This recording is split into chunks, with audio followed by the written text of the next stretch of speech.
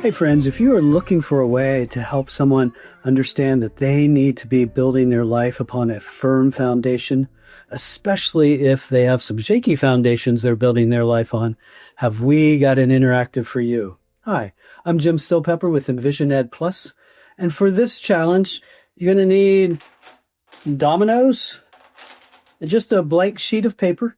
Now, what I find is this interactive is good if I have already established a relationship with the person and have a relationship where I can challenge them a little bit, because there's a potential that this could be frustrating, and I certainly am not interested in frustrating anybody that I work with.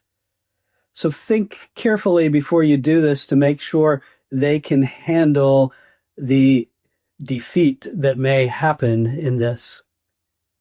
Here's how I lay it out for them. I ask them if they think it's possible to build a tower using these dominoes. I tell them they can use all of them, but they don't have to. And I don't need a fancy tower, I just need a tower.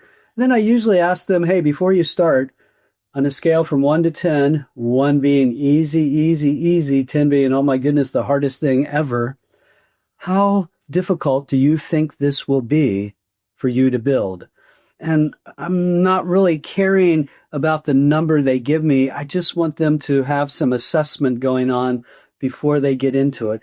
And so as they are building, I usually let them build a layer or two on this piece of paper, and then I just shake it a little bit until it knocks down, and I say, whoops, I'm sorry. Again, not trying to frustrate them. This is where you need to make sure you have the ability in your relationship to do this with them. And can you try again? And so usually most will start building exactly where they were building on the piece of paper. And then again, I'm going to let that get a layer or two high, and I'm going to shake it again till it falls down. Again, apologize to them profusely. All this is fun bantering at this point. And then what usually happens is a couple different things. Number one, they will just keep building, being persistent in where they build. Number two, they may try to build and kind of hold the paper at the same time. And I will still try to get that to fall down if I can, just by moving the paper. I'm not going to knock it down with my fingers or anything. And then sometimes I will get a person who will then not build on the paper at all, but come over away from the paper and start building. And at that point, I just let them build their tower. And so really, no matter which option they choose, at some point when they've either built the tower or I've knocked it down enough and I don't want them to get frustrated, I say, what could this paper represent in your life? What are some things that keep seeming to knock you down in life? And then I would love for them to write their ideas down on the paper, or again, some of them prefer to draw it on the paper. But for some of the folks I work with, that's way too almost academic for them. So I will do the writing. And I don't care if they tell me one thing or we come up with a list of 12 things.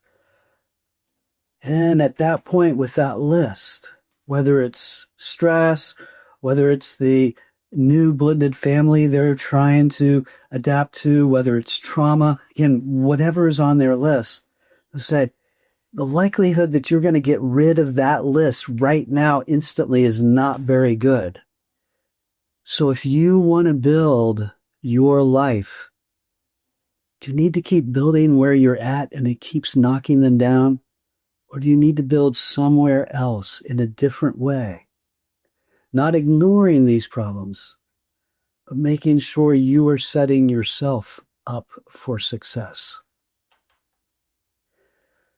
We do have a link below of a handout that has some debriefing questions if you will find that to be helpful as well. As always, if you like these videos, please hit that like button. And if you have not been a subscriber yet, we welcome you onto the platform. And we are making a push to increase our subscribers. So if you know someone who would appreciate learning about this interactive so they can use it with the people that they serve, we would love you to share that with them. And as always, if you've been given a light, please rise and shine while there is still light. Thank you.